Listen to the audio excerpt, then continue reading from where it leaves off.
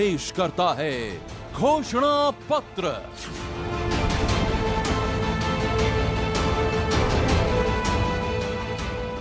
नमस्कार, ABP news के खास चुनावी कार्यक्रम घोषणा पत्र में आपका स्वागत है। मैं हूं संगीता तिवारी और हमारे साथ हैं आज एक बेहद खास मेहमान। लेकिन इस मेहमान से परिचय कराने से पहले एक जरूरी जानकारी। एबीपी न्यूज एक जिम्मेदार चैनल है और इसीलिए इस कार्यक्रम के दौरान हम कोरोना से जुड़े सारे प्रोटोकॉल फॉलो कर रहे हैं। इस हॉल में मौजूद सभी लोग वैक्सीन ले चुके हैं। और अब परिचय कराते हैं आज के खास मेहमान से। 20 साल से भी कम उम्र में सबसे पहले इनकी दादी को उनके ही सुरक्षा गार्ड्स ने गोली मार दी और उसके बाद इनके पिता एक हिंसक हमले में मारे गए। तभी से ये कयास लगने शुरू हो गए कि ये राजनीति में कब आ रही हैं। ये राजनीति में आई काफी दिनों के बाद और इन्होंने सबसे मजबूत, सबसे बड़ी चुनौती ली। इन्होंने बीड़ा उठाया देश के सबसे बड़े राज्य में देश की सबसे पुरानी पार्टी के रिवाइवल का। इनकी मजबूती, इनकी प्रतिज्ञा इनके राजनीतिक नारे से भी साफ दिखती है। लड़की हूं, लड़ सकती हूं। अब तक आप समझ गए होंगे कि मैं किसकी बात कर रही हूं। जी हां, कांग्रेस की महासचिव और यूपी की प्रभारी श्रीमती प्रियंका गांधी वाड्रा।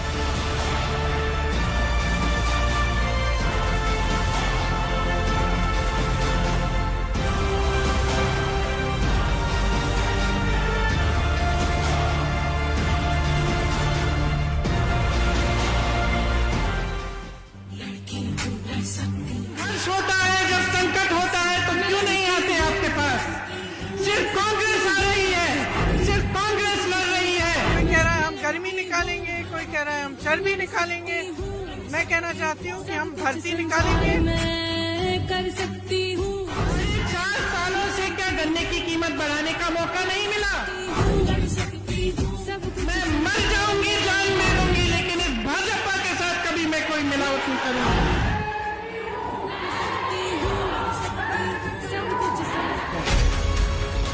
प्रियंका गांधी वाड्रा कांग्रेस पार्टी की राष्ट्रीय महासचिव और उत्तर प्रदेश में कांग्रेस की प्रभारी। चुनाव के समय जो भी नेता आपके सामने आए वो आपको बताए आपके लिए क्या करने जा रहा है और चुनाव के बाद जो 5 साल है उसमें करके दिखाए। उत्तर प्रदेश विधानसभा चुनाव के लिए प्रियंका गांधी ने इस बार कांग्रेस की तरफ से मोर्चा संभाल रखा है।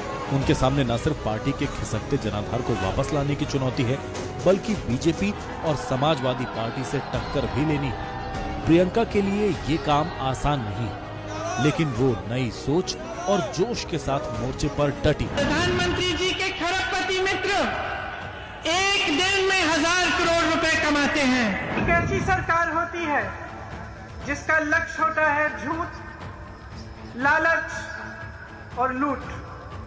और आज की जो केंद्र सरकार है तो यही दूसरी तरह की सरकार है। राजनीति प्रियंका ने बचपन से देखी, लेकिन सक्रिय तौर पर वो पार्टी की जिम्मेदारी 2019 से संभाल रही है। पार्टी ने उन्हें उत्तर प्रदेश का जिम्मा सौंपा। पिछले कुछ दिनों में वो यूपी के कई मुद्दों पर जनता की आवाज बनती दिखाई दी, चाहे वो कानून व्यवस्था का सवाल हो या फिर हाथरस और लखीमपुर खीरी जैसे कांड। प्रियंका ने हर जगह सरकार के खिलाफ मोर्चा खोला। उनके नेता कहाँ थे? क्या उन्नाव के लिए लड़े? क्या हाथरस के लिए लड़े? क्या लखीमपुर खीरी पहुंचे? वैसे यूपी में कांग्रेस के पास खोने के लिए कुछ है नहीं। पिछले 32 साल में कांग्रेस सत्ता से बाहर है, इसलिए इस बार प्रियंका गांधी ने एक बड़ा दांव खेलने का साहस दिखाया। लड़की हूँ, लड़ सकती हूँ के नारे के साथ उन्होंने 40% टिकट महिलाओं को देकर एक सियासी करंट पैदा कर दिया।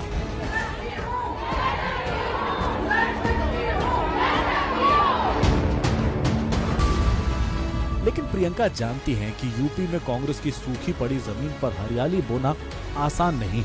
करिश्मा करने के लिए या तो कोई मुद्दा या फिर किसी चेहरे का करिश्मा। प्रधानमंत्री जी के 2 हवाई जहाज के खर्चे में पूरा गन्ना का बकाया पूरा हो सकता था।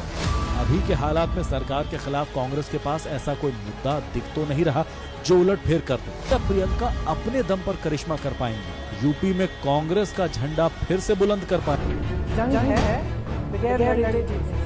ये पहला मौका है जब प्रियंका गांधी वाड्रा किसी टीवी चैनल के न्यूज शो में इस तरह से आई हैं।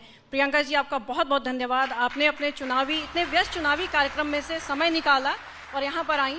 अब मैं आपको आमंत्रण देती हूँ कि आप मंच पर आएं और ये बताएं कि यूपी की जनता आपको वोट क्यों करे।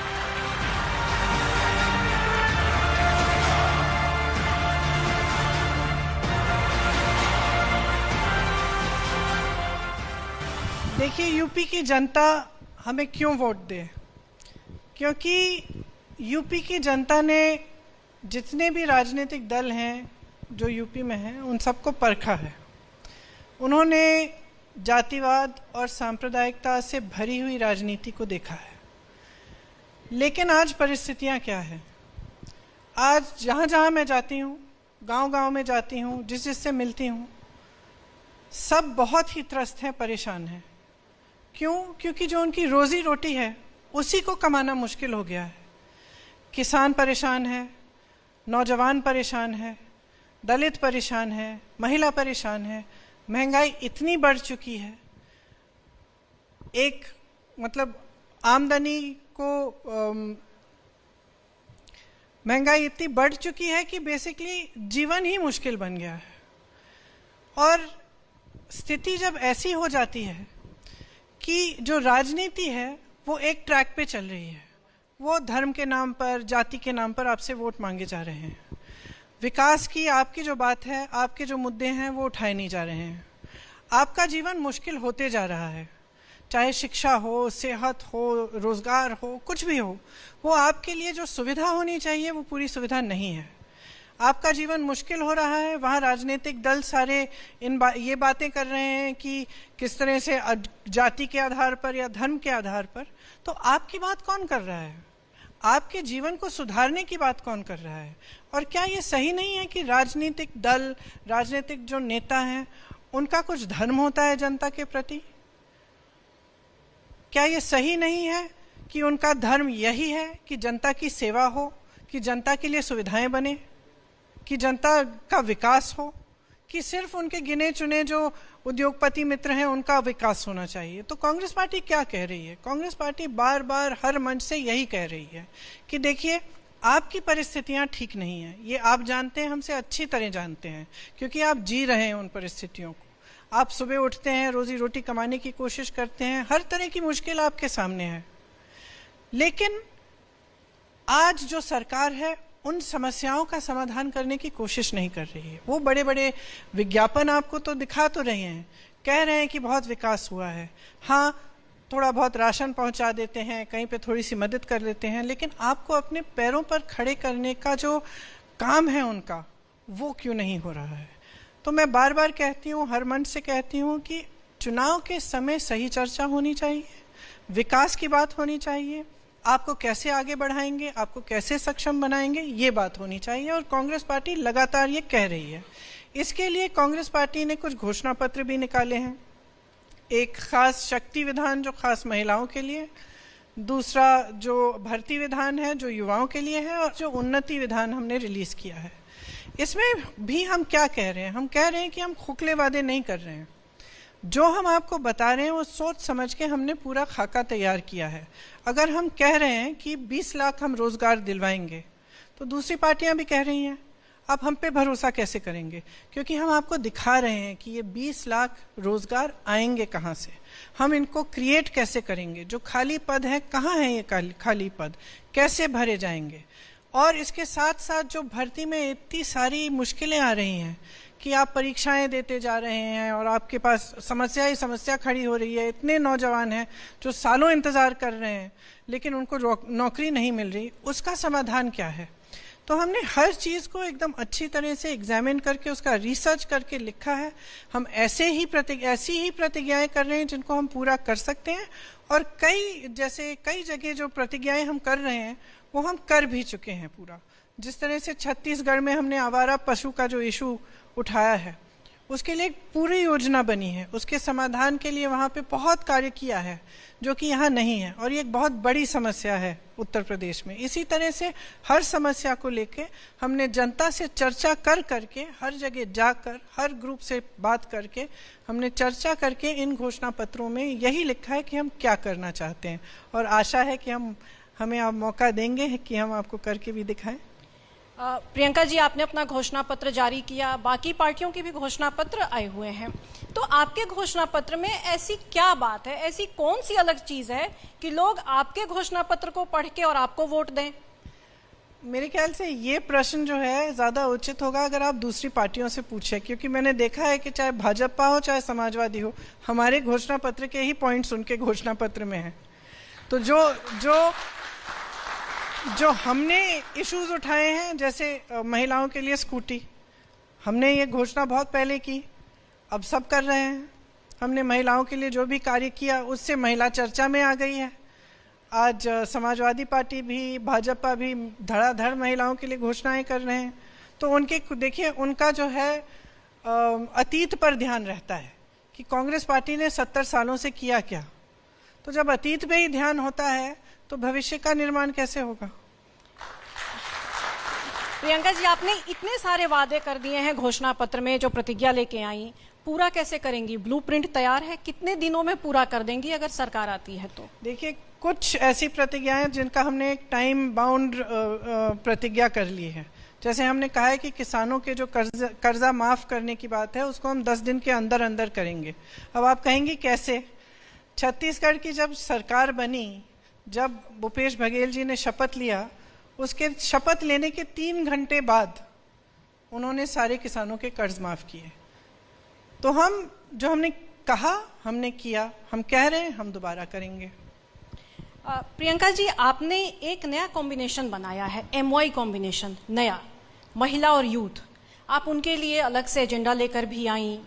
आपको लगता है कि जब ऐसा माहौल है, राजनीतिक माहौल, जहाँ पे पोलराइजेशन हो रहा है, हिंदू मुसलमान की बात हो रही है, मंदिर मस्जिद की बात हो रही है, 80-20 की बात हो रही है, जिन्ना की बात हो रही है, बहुत सारी इस नैरेटिव्स के बीच में क्या आपका MY कॉम्बिनेशन आपको यूपी में कोई फायदा दिला पाएगा? देखिए, मेरा फायदा यूपी में ये सवाल नहीं है इस कॉम्बिनेशन का। यूपी का फायदा होगा कि नहीं, यूपी की जनता का फायदा होगा कि नहीं। ठीक है, मान लो आज किसी को समझ में नहीं आई ये बात, एक ना एक दिन आएगी, और इसलिए आएगी क्योंकि परेशानियां बहुत ज़्यादा हैं, संकट बहुत ज़्यादा है। और ये मैं नहीं कह रही हूँ, ये पूरी जनता कह रही है। जिस के घर में जाओ उसके घर में संकट है, संघर्ष है। अब इस संकट और संघर्ष को दूर करने वाली जो राजनीति है वो सिर्फ और सिर्फ विकास की राजनीति हो सकती है, और इसमें महिला और युवा सबसे महत्वपूर्ण है। आज जितनी बेरोजगारी उत्तर प्रदेश में है, आप देखिए 12 लाख पद खाली हैं, 5 साल से क्यों नहीं भरे? क्योंकि आप छूट दे रहे हैं, पब्लिक छूट दे रहे हैं। पब्लिक पूछ नहीं रही है ना 5 साल बाद आपने किया क्या। आपने कहा कि आप रोजगार देंगे, बार बार आप दोहरा रहे थे चुनाव के समय, क्या किया आपने? तो 12 लाख पद 5 साल बाद खाली क्यों है, इसका जवाब दीजिए। सिंपल सी बात है, बेरोजगार नौजवान पड़े हैं पूरे प्रदेश में, पद खाली हैं, तो पद क्यों नहीं भरे? तो मतलब आपको उम्मीद है कि जैसे दूसरी पार्टियों का MY कॉम्बिनेशन उनको जीत दिलाता रहा है, तो आगे चल के ये वाला MY कॉम्बिनेशन भी आपको जीत दिलाएगा? मैं थोड़ा एक अलग चीज कह रही हूँ। मैं ये नहीं कह रही कि मुझे इस कॉम्बिनेशन पे जीत दिलाने की बात नहीं कह रही। मैं कह रही हूँ इस कॉम्बिनेशन पर अपने प्रदेश को आप सक्षम बनाइए, अपने प्रदेश को आगे बढ़ाइए। मैं जीतूं मैं हारूं इससे कोई फर्क नहीं पड़ता। फर्क इससे पड़ेगा कि आपके प्रदेश में कैसी राजनीति चल रही है, और जो राजनीति आज चल रही है उससे आपको बहकाया जा रहा है, गुमराह किया जा रहा है। इससे आपका पेट नहीं भरेगा। प्रियंका जी, अगला सवाल लेते हैं। पंकज झा का सवाल है। प्रियंका जी, 2012 में कांग्रेस 17 में माफ करिएगा, कांग्रेस और समाजवादी पार्टी का गठबंधन था। आपके, राहुल जी के और अखिलेश यादव के बड़े अच्छे रिश्ते रहे हैं, सब जानते हैं इस बात को। लेकिन आपने ही पहली बार मोर्चा खोला जब आपने कहा कि ग्राउंड में ना सिर्फ आप ही दिखती हैं बीजेपी के खिलाफ, वो नहीं दिखते हैं। मैंने मोर्चा नहीं खोला, मैं सच कह रही थी। मेरी बात तो सुनिए, मेरी सवाल पूरा हो जाए। आपने पहली बार अखिलेश यादव के खिलाफ बोला, फिर उसके बाद भी बोला जब फ्लाइट में आप उनका आमना सामना हुआ। बिल्कुल उनके खिलाफ नहीं बोला उस समय, बिल्कुल नहीं बोला। मैंने तो उनके साथ मजाक किया, हम हंसे दोनों अच्छी तरह से, हमने एक दूसरे से हम मिले, हंसे, मैंने थोड़ा सा मजाक कर दिया, हंसे, बस। तो फिर एक बिल्कुल सवाल, उनकी बुराई नहीं की। फिर एक सवाल आया, उसके जवाब में आपने कहा कि चुनाव के बाद में हो सकता है कि गठबंधन हो जाए, तो इसको हम कैसे समझें? देखिए, चुनाव के बाद जो परिस्थितियां आएंगी उस समय हम निर्णय लेंगे कि क्या करना है, और ये मैं इससे पहले नहीं कहना चाहती कि क्या करेंगे क्या नहीं करेंगे, देखते हैं चुनाव में क्या होता है, उसके बाद देखते हैं। लेकिन जहाँ तक आपने, चाहे देखिए, चाहे योगी जी हो, चाहे अखिलेश जी हो, चाहे मायावती जी हो, मैं उनका अपनी जगह में आदर करती हूँ, मैं उनकी बुराइयाँ क्यों करूँ? मैं तो उनकी राजनीति की बुराइयाँ करती हूँ, क्योंकि मुझे उनकी राजनीति नहीं भाती। मुझे नहीं लगता कि जनता आगे बढ़ सकती है इस तरह की राजनीति से। आपने जो 40% टिकट्स का अनाउंस किया महिलाओं के लिए, ये मेरा भी मानना है, ये मेरा भी निजी मत है कि अगर इसको आपकी मदर मिसेस गांधी ने लागू कर दिया होता, मायावती जी ने कर दिया होता, सुषमा जी कर गई होती, या कोई भी महिला नेत्री करती, दिस शुड बी सपोर्टेड। 10-15 साल बाद का हम भारत देखें तो ये बड़ा अच्छा पॉजिटिव दिखता है। बट जो सवाल संगीता जी कर रही थी उसमें मैं कॉमा लगा के एक चीज जोड़ना चाहता हूं कि आप देख रहे हैं देश में राजनीति हिजाब को लेके हो रही है, बुरखे को लेके हो रही है। आपको लगता है कि इन चीजों को लेकर के आप उस तरह की राजनीति को तोड़ पाएंगी, अपना रास्ता बना पाएंगी उत्तर प्रदेश में? तोड़ना पड़ेगा, क्योंकि जिस दिशा में देश जा रहा है वो सही नहीं है। और जब राजनीति का मकसद यही होता है कि सत्ता में रहना है और लोगों के जज्बातों का इस्तेमाल करके सत्ता में, किसी भी हालत में सत्ता में रहना है, तो देश आगे नहीं बढ़ सकता। इसीलिए हमें इस तरह की राजनीति को तोड़ना पड़ेगा। और जब मैं महिलाओं की बात करती हूँ, क्यों करती हूँ? क्योंकि सबसे पहले तो महिला का अधिकार है। हर घर में कम से कम 2-3 महिलाएं हैं, आधी आबादी महिलाएं हैं, तो क्या उनका अधिकार नहीं है कि राजनीति में भी उनकी भागीदारी हो? क्योंकि आज जैसे आप देख रहे हैं कितना अत्याचार है महिलाओं पे, जहाँ जहाँ आप जाते हैं। उत्तर प्रदेश में तो हद से भी ज़्यादा।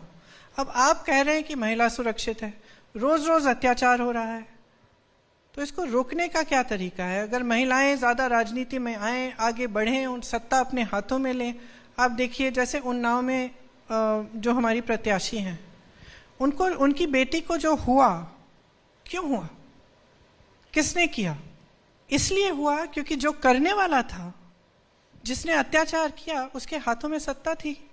फिर उसी सत्ता ने उसको बचाया, उसका संरक्षण किया। तो मैं उनसे कह रही हूं, सत्ता अपने हाथों में लो, फिर देखते हैं कौन आपको दबाएगा। प्रियंका जी, एक सवाल ये उठ रहा है कि आप जो चुनाव लड़ रही हैं यूपी में, तो आप ये चुनाव संगठन मजबूत करने के लिए लड़ रही हैं या कि जीतने के लिए लड़ रही हैं? ये इसलिए इम्पोर्टेंट है क्योंकि संगठन की मजबूती पे पिछले दिनों में आपने काफ़ी जोर दिया और ये कहा कि हमने एक संगठन खड़ा किया। तो क्या संगठन खड़ा करना मकसद था या चुनाव जीतना? देखिए, बगैर संगठन को मजबूत बनाए चुनाव तो जीत नहीं सकते। बार बार ये हमने देखा है। यहाँ पे हमारा एक लंबा संघर्ष है, ये जाहिर है। और जो बातें हम कर भी रहे हैं, जिस तरह से महिला की बात कर रहे हैं, नवयुवकों की बात कर रहे हैं, हो सकता है कि इन चीज़ों को समझने में लोगों को समय लगे।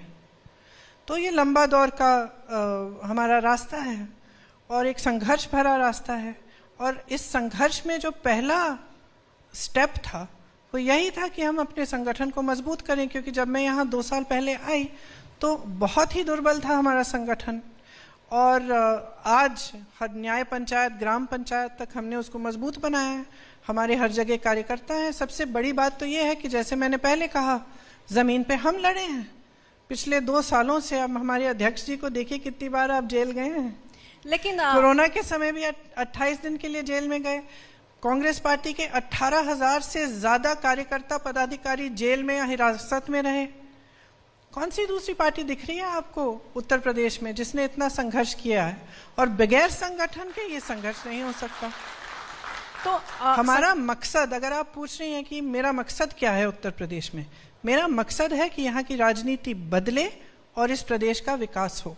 इस प्रदेश में इतनी काबिलियत है, इतना हुनर है, इतने मौके होने चाहिए, इतने नौजवान हैं जितने पूरे देश में नहीं हैं, तो इनको हम मजबूत क्यों नहीं कर रहे हैं? इन्हें हम शक्ति क्यों नहीं दे रहे हैं? इन्हें हम सत्ता क्यों नहीं दे रहे हैं? हमें रोजगार के मौके क्यों नहीं दे रहे हैं?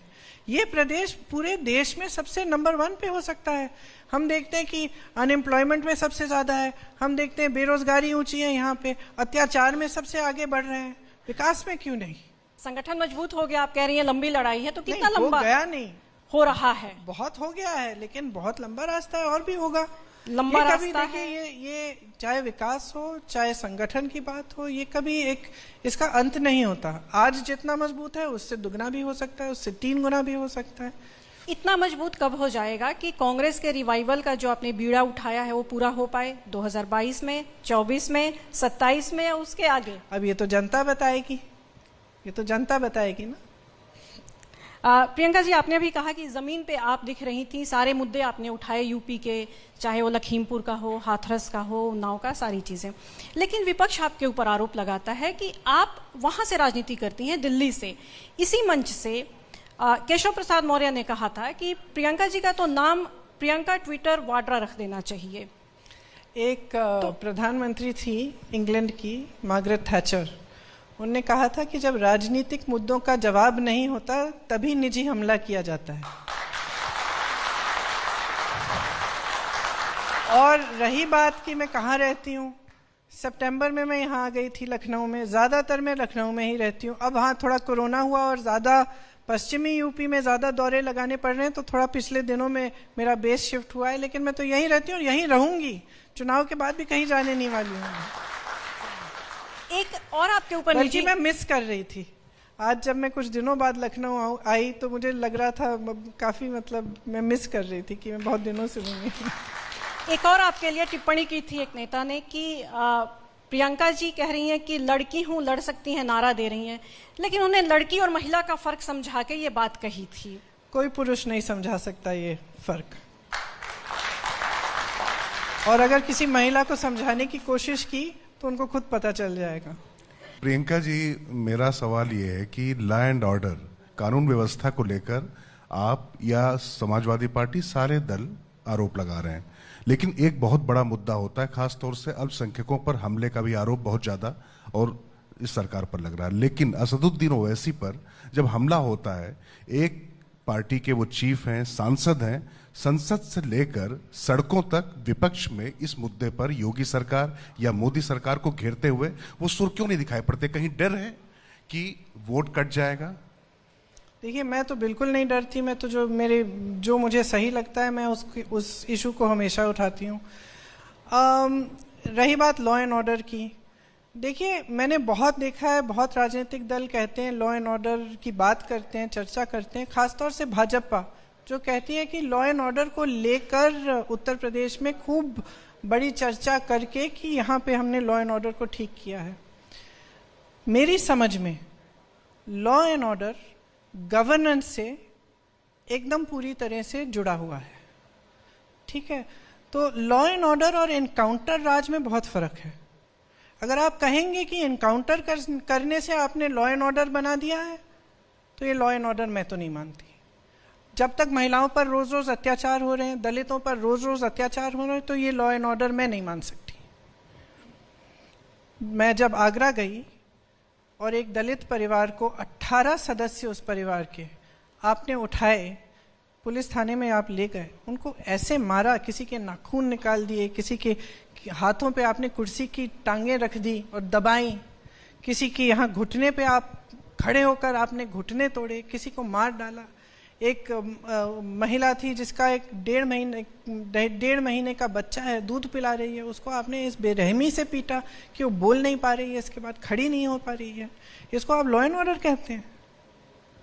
तो या तो आप आके मूंद के बैठे हैं, या फिर आप समझ रहे हैं कि इनकाउंटर करने से ही लॉ एंड ऑर्डर बनता है। क्योंकि जो असलियत है, जो उत्तर प्रदेश के लोगों की असलियत, तो आप पहचान नहीं रहे हैं। इसमें सोनिया जी हैं, राहुल जी हैं, और जो लड़की लड़ रही है उत्तर प्रदेश में, उस लड़की का चेहरा नहीं है। भाजपा कहती है हम सपा से लड़ रहे हैं, सपा कहती है हम भाजपा से लड़ रहे हैं। प्रियंका गांधी किससे लड़ रही है उत्तर प्रदेश में? उनकी जो लीडर हैं प्रियंका गांधी वाड्रा, उनको भी चुनाव लड़ना चाहिए था। अभी पार्लियामेंट में टुकड़े टुकड़े गैंग का जिक्र आया अच्छा। और कहा गया कि कांग्रेस जो है उसके लीडर बन गई। एलिगेशन जो लगा है उस पर आप क्या कहना चाहेंगे? कि विपक्ष कहता है कि आप और राहुल गांधी दोनों ही जब चुनाव करीब आते हैं तब मंदिरों में जाते हैं और पूजा पाठ करते हैं।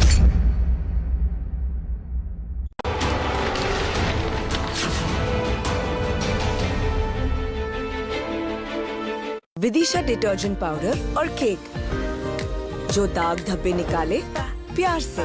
विदिशा इस कबड्डी सीजन घर बैठे पहचानो और जीतो एबीपी न्यूज के साथ। रात 8 से 10 बजे के बीच शोज के दौरान दिखाए गए यूपी योद्धा प्लेयर को पहचानो और फिर abplive.com पे जाकर प्लेयर का नाम बताओ और पाओ मौका यूपी योद्धा प्लेयर से वर्चुअल मीटिंग करने का। साथ ही हर दिन जीतो life long home gym set और हर हफ्ते मौका पाओ लाइफ लॉन्ग एयर बाइक जीतने का। तो अब एबीपी न्यूज के साथ आप भी उतर जाओ मैदान में, शर्तें लागू।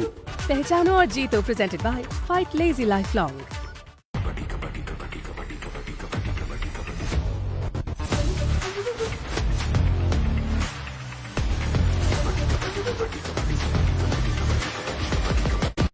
देश की मिट्टी से जुड़ा है ये खेल और इस मिट्टी से जुड़े हैं आप और हम। एबीपी न्यूज आपको रखे आगे। कबड्डी कबड्डी कबड्डी कबड्डी कबड्डी कबड्डी कबड्डी कबड्डी।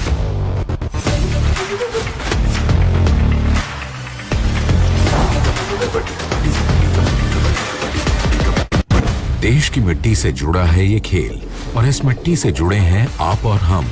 एबीपी न्यूज आपको रखे आगे। ये आकाशवाणी है। पाकिस्तान ने गुजरात के कच्छ इलाके में हमला किया है। सवाल देश का है, बॉर्डर मुझे बुला रहा है। I'll have to go. I'll have to go.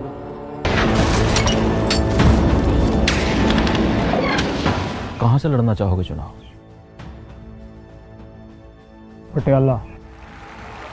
I, Amarinder Singh, do swear in the name of God.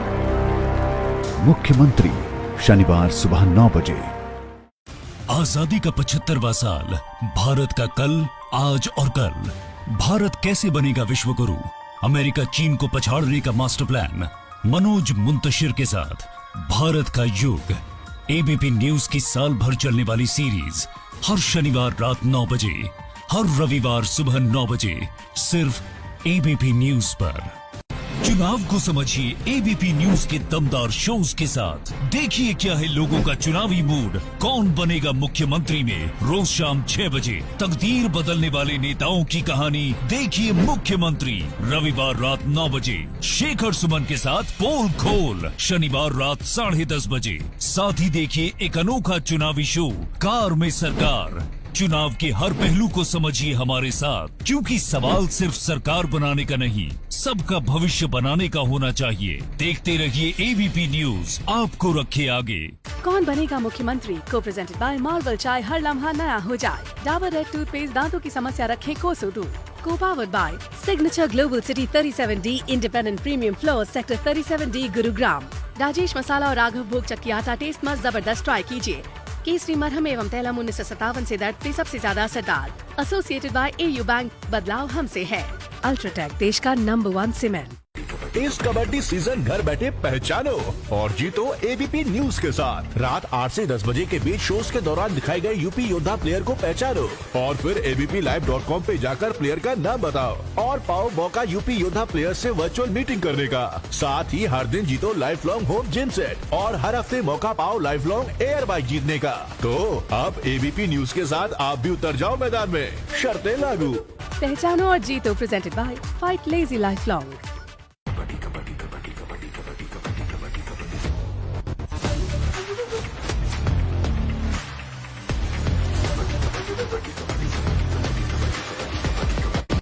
देश की मिट्टी से जुड़ा है ये खेल और इस मिट्टी से जुड़े हैं आप और हम।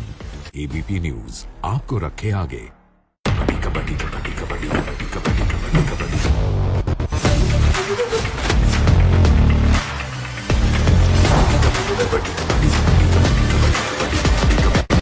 देश की मिट्टी से जुड़ा है ये खेल और इस मिट्टी से जुड़े हैं आप और हम।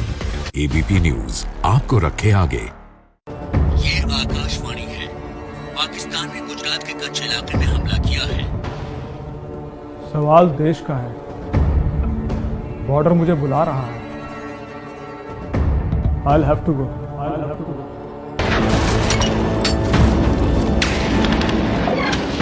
कहां से लड़ना चाहोगे चुनाव? पटियाला.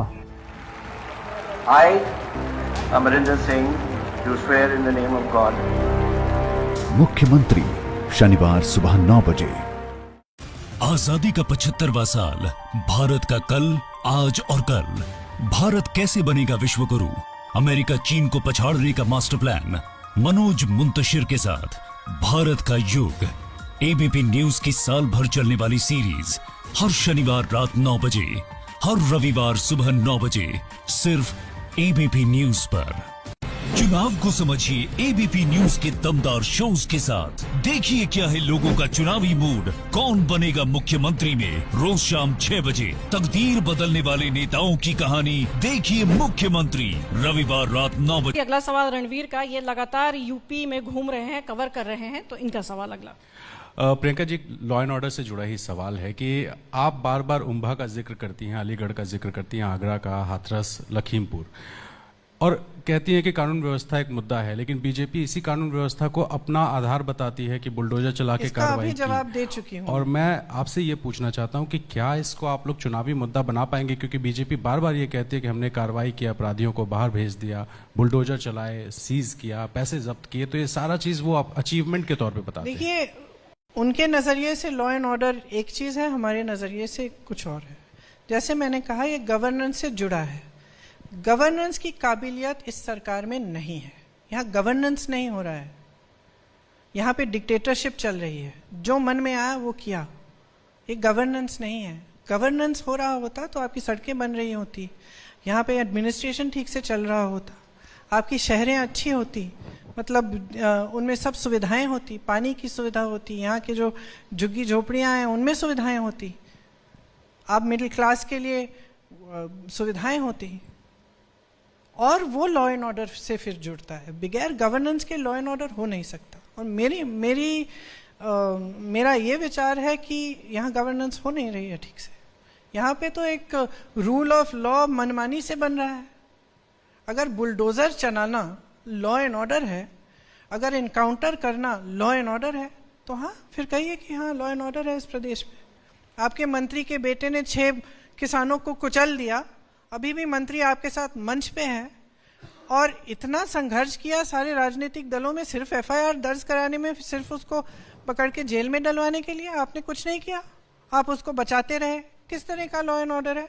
जब यहाँ का आम आदमी, यहाँ का गरीब सुरक्षित नहीं है तो कैसा लॉ एंड ऑर्डर है? यहाँ पे तो सिर्फ जो सत्ता है, जो सत्ता में है वही सुरक्षित है।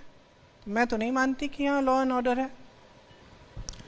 प्रियंका जी, मेरा सवाल यूपी नहीं, थोड़ा दिल्ली जाके है। अभी पार्लियामेंट में आपकी पार्टी पर कई तरह के एलिगेशन लगे, कई बातें हुई, उसमें से एक बात जो है वो था टुकड़े टुकड़े गैंग को लेकर। सॉरी, टुकड़े टुकड़े गैंग का जिक्र आया। अच्छा। और कहा गया कि कांग्रेस जो है उसकी लीडर बन गई है। जरा वो हमें समझाएंगे कि ये टुकड़े टुकड़े गैंग क्या है, और आपके पार्टी पर जो ये एलिगेशन जो लगा है उस पर आप क्या कहना चाहेंगे? मैं ये कहना चाहूंगी कि जो एलिगेशन लगा रहा है वो समझाए ना, वो समझाए कि टुकड़े टुकड़े गैंग क्या है। इसके देश को बनाया किसने है? जो कहते हैं कि 70 साल में कुछ नहीं हुआ, उन्होंने 7 सालों में क्या किया है? कोई आईआईटी बनाया है, कोई एम्स बनाया है, रोजगार दिलवाए हैं, क्या किया है? जो देश की संपत्ति थी सारी 2 लोगों को पकड़ा दी है और बेचे जा रहे हैं। और हर बार पर, हर मंच पर बस यही पुरानी बातें, 70 साल में क्या किया सर। अरे 70 साल हो गए ना, बीत गए। 7 साल की बात करिए। 7 साल में आपने किया क्या है? आप हवाई अड्डों को चुनाव के पहले इनॉग्रेट कर रहे हैं। 5 साल से आप सरकार में हैं, तब आपने जेवर का हवाई अड्डा नहीं बनाया। चुनाव से पहले आप जाकर उसका उद्घाटन कर रहे हैं, और फिर शंघाई की फोटो लगा रहे हैं, उसकी शंघाई की एयरपोर्ट की फोटो लगी जा रही है। तो जब आप खुद नहीं करेंगे तो सिर्फ आप यही कहेंगे ना कि किसी और ने आपसे पहले कुछ नहीं किया। अगला सवाल संजय त्रिपाठी का। प्रियंका जी, एक बड़ा साहसिक निर्णय लिया गया इस बार 2022 के चुनाव के लिहाज से कि आपने 40% सीटें जो हैं वो महिलाओं के लिए आरक्षित कर दी, और दी भी। तर्क दिया गया पार्टी की ओर से कि ये फैसला पार्टी को मजबूती देगा, लेकिन चर्चा ये है कि ये मजबूरी में लिया गया फैसला है, क्योंकि उत्तर प्रदेश में पार्टी को वो लोग ही नहीं मिले जो किसी दूसरी पार्टी के प्रत्याशी को टक्कर दे सके। अब देखिए, ये आपका नज़रिया है, मेरा नज़रिया तो ये है कि मैं महिलाओं के लिए लड़ूंगी, क्योंकि मेरे दिल के बहुत करीब का इशू है। मैं सोचती हूँ कि महिलाओं को अधिकार मिलना चाहिए। जब हमने ये निर्णय लिया तो सबने कहा कि इनको तो महिलाएं मिलेंगी नहीं। सबसे पहले यही कहा ना कि अरे लड़ने वाली महिलाएं इनको मिलेंगी कहाँ से, लेकिन मिल गई। हर विधानसभा में 4-4, 5-5 महिलाएं लड़ रही हैं। कोई इस्तीफा दे रहा है कि मुझे नहीं मिला, किसी और महिला को मिल गया। दुखी हो रही हैं, लड़ रही हैं टिकट के लिए। तो ये तो एक नजरिया है, मेरा अलग नजरिया है। अगला सवाल आशीष कुमार सिंह का। प्रियंका जी, इसी से जुड़ा एक मेरा सवाल है जो आपने रिस्ट बैंड पे पहना हुआ है। लड़की हूँ लड़ सकती हूँ जो आपने नारा दिया है प्रियंका जी, ये कॉन्सेप्ट आया कहाँ से? ये आपने कल्पना कहाँ से की कि इसको हम अपना कैच लाइन बना सकते हैं, इसको लेकर के हम चुनाव में उतर सकते हैं? इसी से जुड़ा मैं एक और सवाल आपसे जरूर पूछना चाहता हूँ। भाजपा कहती है हम सपा से लड़ रहे हैं, सपा कहती है हम भाजपा से लड़ रहे हैं। प्रियंका गांधी किससे लड़ रही है उत्तर प्रदेश में? गरीबी से लड़ रहे हैं, बेरोजगारी से लड़ रहे हैं, महंगाई से लड़ रहे हैं, महिलाओं पे अत्याचार से लड़ रहे हैं। और राजनीति यही होनी चाहिए। मैं दूसरों को समझाना नहीं चाहती। राजनीति में मैं 3 साल पहले आई हूँ, मेरे से बहुत पहले आए हैं। शायद इसलिए उनकी सोच नकारात्मक हो गई है। शायद इसलिए ये इस तरह की राजनीति बन गई है कि ठीक है हम आपके लिए ये करेंगे तो आप हमें वोट दीजिए, ऐसा मतलब सौदेबाजी हो गई है और जज्बातों का इस्तेमाल हो रहा है। धर्म की बात हो रही है, जाति की बात हो रही है। अच्छा, पहला सवाल आपने क्या पूछा था? Wrist band. देखिए, एक्चुअली ये जो स्लोगन है ये 2 साल पहले ही बन गया था। अब हमने आपस में हम चर्चा कर रहे थे, मैं कह रही थी कि महिलाओं के लिए हमें कुछ करना चाहिए, तो हम ऑफिस में बैठे थे, हमने ये स्लोगन बनाया कि इसका कुछ करना चाहिए। फिर समय आया, हम लोग यहाँ बिजी हो गए अपने संगठन में को बनाने में। लेकिन इसके पीछे सोच क्या है? देखिए, एक्चुअली शुरुआत तब से हुई जब मैं उन्नाव की जो रेप पीड़िता थी उसके घर गई, जिनको जला दिया गया और जिनकी मृत्यु हो गई। जब मैं उनके घर गई, उनके परिवार से मैंने बात की, तो उससे मेरा एकदम नज़रिया ही बदल गया। मैंने ये देखा कि ये एक परिवार जिसके ऊपर मेरे ख्याल से ऐसा कोई अत्याचार नहीं था जो नहीं किया गया।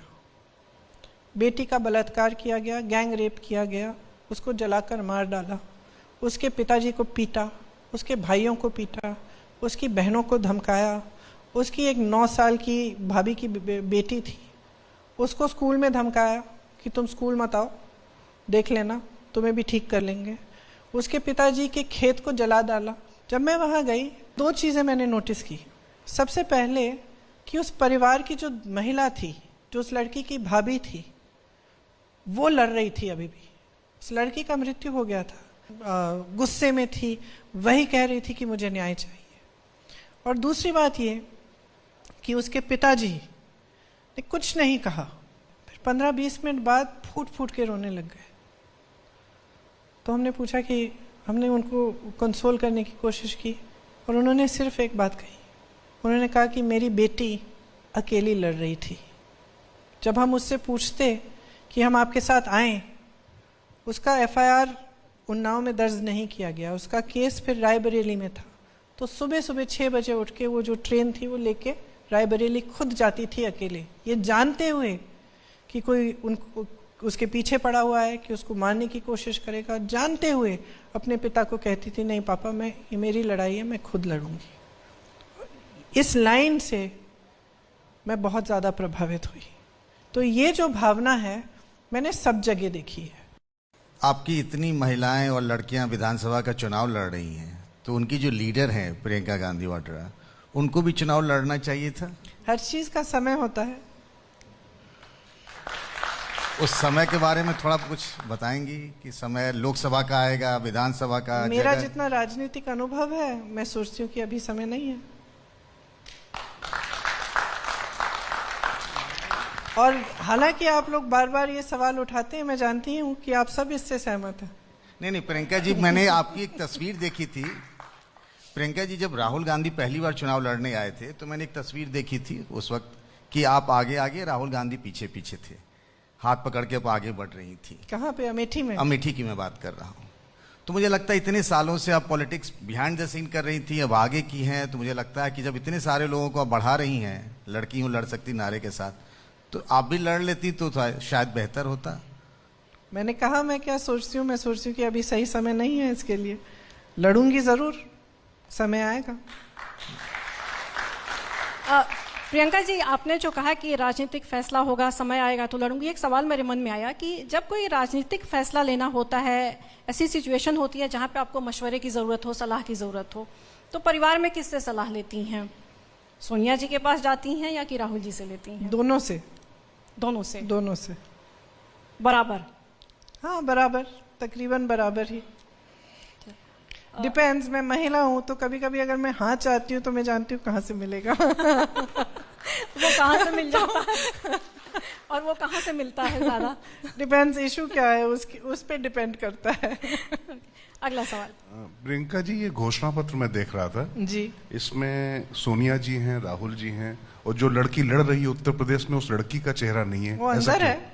नहीं, फ्रंट पे नहीं है, अभी भी पीछे ही है। कोई बात नहीं, इसके पीछे कुछ सोचा समझा? नहीं, ये हमारा मेन मैनिफेस्टो है। हमारी पार्टी की अध्यक्षा जी हैं और पूर्व अध्यक्ष है, उनको सामने होना चाहिए।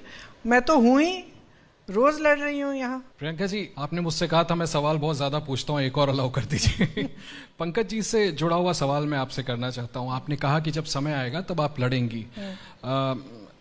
आपका मैंने अभी कुछ दिनों पहले एक बयान देखा था जिसमें आपने कहा था कि आपने उत्तर प्रदेश को इसलिए चुना क्योंकि शुरुआत वहां से करनी चाहिए जहां संघर्ष सबसे ज्यादा हो।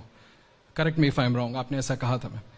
मैं सिर्फ ये जानना चाहता हूं कि जब आपको पता था कि इस स्टेट में इतनी चुनौती है जहां पर प्रियंका गांधी वाड्रा को खुद उतरना पड़ेगा, 10 साल आपको नहीं लगता पीछे रह गई? 10 साल पहले अगर ये गांधी परिवार के सदस्य आ गई होती, संगठन खड़ा भी हो गया होता, पार्टी मजबूती से चुनाव लड़ रही होती, संभवतः आप सरकार भी बना लेती। 10 साल पहले मेरी बेटी 8 साल की थी। मैं एक माँ भी हूँ। प्रियंका जी, मेरा सवाल फिर दिल्ली से ही है कि दिल्ली में कांग्रेस अपने दम पे सत्ता में कब आएगी? 44 आपका वर्ष परफॉर्मेंस था जो बढ़ के अगली बार उससे बेटर आपने किया। क्या उसी रफ्तार से कांग्रेस आगे बढ़ेगी या कुछ है जो कि बहुत तेजी से? देखिए, मैं ज्योतिषी तो नहीं हूँ, मैं नहीं कह सकती कि कांग्रेस सत्ता में कब आएगी। मैं ये जरूर कह सकती हूँ कि कांग्रेस की ज़रूरत है और कांग्रेस का अनुभव है। जैसे मैंने गवर्नेंस की बात की, ठीक है, सबसे ज़्यादा अनुभव सरकार चलाने का कांग्रेस में ही है। जैसे मैंने कहा कि आप जानते ही होंगे कि जब कांग्रेस की सरकार थी तो गरीबी रेखा से कितने लोगों को उठाया। आज करोड़ों लोग गरीबी रेखा से नीचे फिर से चले गए हैं। ये सब चीज़ें, इन चीज़ों को दुरुस्त करने के लिए कितने रोज़गार बने, मनरेगा आया, कितने रोज़गार बने, कितने अधिकारों वाली राजनीति हुई। उस तरह की राजनीति की बहुत ज़्यादा ज़रूरत है इस देश को और जल्द से जल्द जनता समझ ले। मैं जानती हूँ कि एक नज़रिया ये है कि देखिए कांग्रेस अभी सीख नहीं रही है, उसको अहंकारी है, ये सब, लेकिन सच्चाई ये है कि हम रोज़ सीख के, रोज़ संघर्ष करके, रोज़ मेहनत करके एक नई राजनीति करने की कोशिश कर रहे हैं। और जो परेशानियां आज लोग देख रहे हैं वो इसलिए है क्योंकि ये सरकार ने गवर्नेंस को इवेंट मैनेजमेंट से रिप्लेस किया है। इवेंट मैनेजमेंट होता है, बड़ी बड़ी इवेंट्स होती हैं, विज्ञापन होते हैं, ये सब होता है, लेकिन एक्चुअल गवर्नेंस नहीं हो रहा है। नहीं तो ये हमारी अर्थव्यवस्था की ये स्थिति नहीं होती जो आज है। लेकिन प्रियंका जी, आप वादा कर रही हैं महिलाओं से, बाकियों से कि आप ये सत्ता में आएंगी तो देंगी, लेकिन बीजेपी कह रही है कि वो तो ऑलरेडी दे रही है, योजनाओं का लाभ मिल रहा है, चाहे वो राशन की बात हो, उज्ज्वला योजना हो। मैं एक नौजवान से मिली थी इसी भर्ती की जो प्रक्रिया है इसके बारे में। उसने एग्ज़ाम दिया था 2-3 बार, उसकी उम्र भी 28 साल हो गई थी। उसने मुझे कुछ कहा, उसने कहा, दीदी क्या राशन से हम सक्षम बन पाएंगे? क्या सिर्फ राशन मिलने से हम अपने जीवन का भविष्य मजबूत बना सकते हैं? मैं नहीं कह रही हूँ कि बुरी बात है, अच्छी बात है, लेकिन उससे क्या लोगों का विकास हो रहा है? विकास क्या होता है? विकास में योजनाएं इसलिए बनती हैं कि लोगों को अपने पैरों पे खड़ा होने का मौका मिले। इसी से जुड़ा हुआ एक सवाल है, आप पूजा पाठ करती हैं? हाँ, क्योंकि विपक्ष कहता है कि आप और राहुल गांधी दोनों ही जब चुनाव करीब आते हैं तब मंदिरों में जाते हैं और पूजा पाठ करते हैं। अच्छा, क्योंकि जब चुनाव आता है तो मीडिया साथ आती है, और जब चुनाव नहीं है अगर हम जाएं तो मीडिया कहाँ आती है? तो आप रेगुलर पूजा करती हैं? रेगुलर पूजा, देखिए मेरा जो अपना मानना है, मेरा धर्म जो है, जिस तरह से मेरी आस्थाएं होती है, मैं मन में ज़्यादा करती हूँ। जब मौका मिलता है, जब कुछ त्यौहार होता है जैसे दिवाली, तब मैं पूरी प्रॉपर पूजा करती हूँ, या कभी कभी जैसे महामृत्युंजय पाठ वगैरह ये सब करते हैं, लेकिन ज़्यादातर मैं अपने मन में भगवान से बात कर लेती हूँ जो भी करनी है। प्रियंका जी, राजनीति की कुछ तस्वीरें बहुत याद रखी जाती हैं। जब अखिलेश जी के सामने आप पढ़ी, आप दोनों मुस्कुराए, एक अच्छा जेस्चर था। क्या इसी तरह का अच्छा जेस्चर योगी जी और पीएम मोदी को देखकर भी आपका होगा? बिल्कुल, क्यों नहीं। जैसे मैंने कहा, हमारी विचारधारा अलग है, हम उनकी राजनीति से, हमारी राजनीति अलग है। इसका मतलब ये नहीं है कि हम आदर सम्मान नहीं करें, ये तो हमारी सभ्यता है। प्रधानमंत्री हैं इस देश के, मुख्यमंत्री हैं उत्तर प्रदेश के, क्यों नहीं आदर जरूर करेंगे हम। वो हमारा करेंगे कि नहीं ये नहीं मालूम। आपको ऐसा क्यों लगता है? उनकी बातों से पता चलता है कभी कभी, क्योंकि वो सिर्फ राजनीतिक बात नहीं करते, बड़े निजी हमले करते हैं, इसलिए। तो निजी हमलों से ज्यादा चोट पहुंचती है? बिल्कुल नहीं, आज तक मुझे किसी ऐसे हमले से चोट नहीं पहुंची। एक बार जब मैं 14 साल की थी तो मेरे पिताजी के बारे में कुछ लिखा था, बहुत रोई मैं। फिर मैंने उनसे बात की, दुखी होकर मैं उनके पास गई, तो उन्होंने मुझे कुछ चीज़ें समझाई जीवन के बारे में, तब से नहीं हुआ कोई दुख। तो क्या वो चीज़ें आपने आगे अपने बच्चों को भी समझाई? मैंने अपने बच्चों को पूरी तरह ट्रेन कर दिया। जब से 8-10 साल के थे, मैंने कहा कि अब समय है इनको समझाना है कि सच्चाई क्या है क्या नहीं है। तो मैंने गूगल किया कि मेरे परिवार के बारे में क्या क्या कहा जा रहा है और उसमें से सबसे जो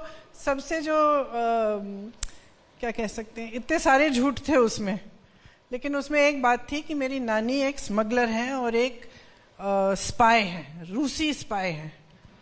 तो मैंने कहा वाह, अब मेरी नानी को उन्होंने देखा हुआ है, वो टिपिकल जो इटालियन महिला, जैसे हमारी यहाँ दादियाँ नानियाँ होती हैं, बिल्कुल वैसे, अपने कपड़े खुद धोएं, अपने खाना खुद पकाएं, साइकिल से जाके दुकान जाके अपनी सब्जियां खरीद के लाएं, घर एकदम साफ रखती थी, एकदम नानी होती है वो, सिंपल। और तो उन्होंने देखा था, तो मैंने कहा देखो ये क्या लिखा है तुम्हारी नानी के बारे में, परनानी, उनकी परनानी के। इतना हंसे, तो उस बात से उनको समझ में आ गया कि जो पढ़ रहे हैं और जो लिखा जा रहा है उनके परिवार के बारे में, उससे काफी अलग सत्य है। जो आपके पुराने नेता हैं वो पार्टी छोड़ के क्यों जा रहे हैं? पिछले दिनों में आरपीएन सिंह गए और उन्होंने ये कहा कि ये पहले वाली कांग्रेस नहीं रही। ऐसा क्या फर्क आ गया है? जो जाता है उसके लिए तो मैं बोल नहीं सकती, क्योंकि उसके मन में क्या है, उसकी निजी परिस्थितियां क्या हैं, राजनीतिक परिस्थितियां ये है, वो वही जानते हैं। मैं इतना कह सकती हूँ कि आज जिन परिस्थितियों में हम लड़ रहे हैं उसके लिए हिम्मत चाहिए, और हो सकता है कि कहीं पे हिम्मत हार जाते हैं। दूसरा, हमारी जो विचारधारा है उसके प्रति कमिटमेंट की ज़रूरत है। अब आज आप 30 साल से कांग्रेस में हैं और अचानक आप भाजपा में चले गए, तो आपकी विचारधारा क्या है? कांग्रेस की विचारधारा है या भाजपा की विचारधारा है? दोनों तो हो नहीं सकते।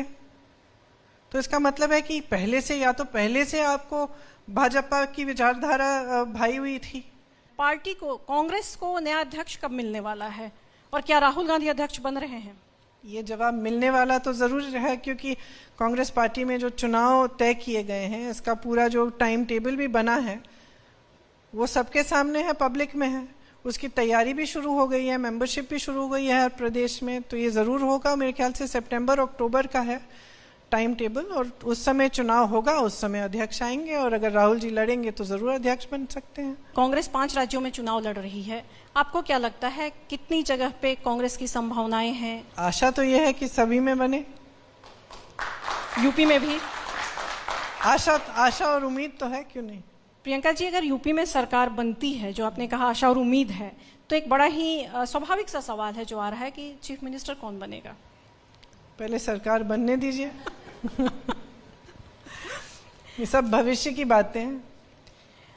प्रियंका जी, आप हमारे शो में आई और सारे सवालों के बहुत ही बेबाकी से खुल के जवाब दिया, इसके लिए आपका बहुत बहुत धन्यवाद। हमें मालूम है कि आपका चुनावी कार्यक्रम बहुत व्यस्त है और आप पहली बार इस तरह के किसी शो में आकर के बैठ के और सारे सवाल ले रही हैं, इसके लिए आपका बहुत बहुत धन्यवाद। तो ये था आज का घोषणा पत्र। फिर आएंगे एबीपी न्यूज पे एक नए मेहमान के साथ घोषणा पत्र में। नमस्कार। आप सबको बहुत बहुत धन्यवाद।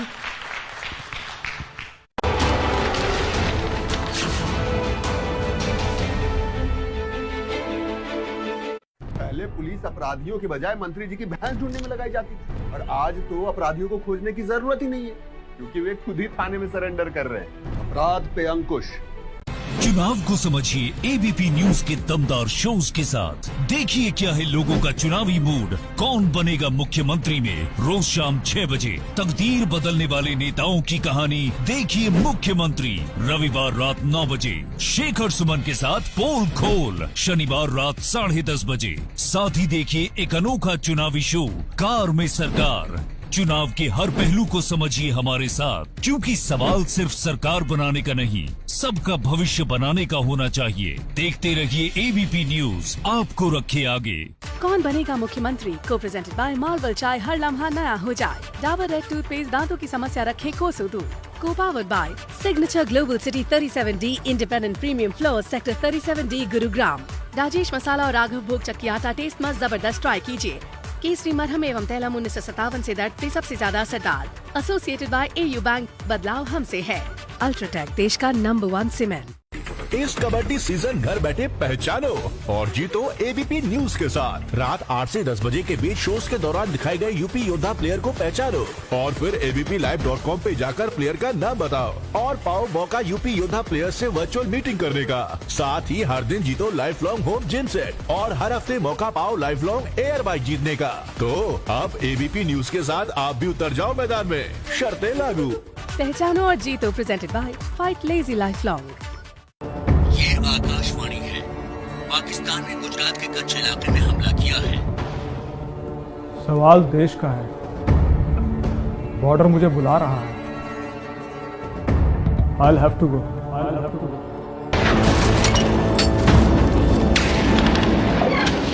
कहां से लड़ना चाहोगे चुनाव? Patiala. I, Amarinder Singh, do swear in the name of God. मुख्यमंत्री शनिवार सुबह 9 बजे। ये आकाशवाणी है। पाकिस्तान ने गुजरात के कच्छ इलाके में हमला किया है। सवाल देश का है,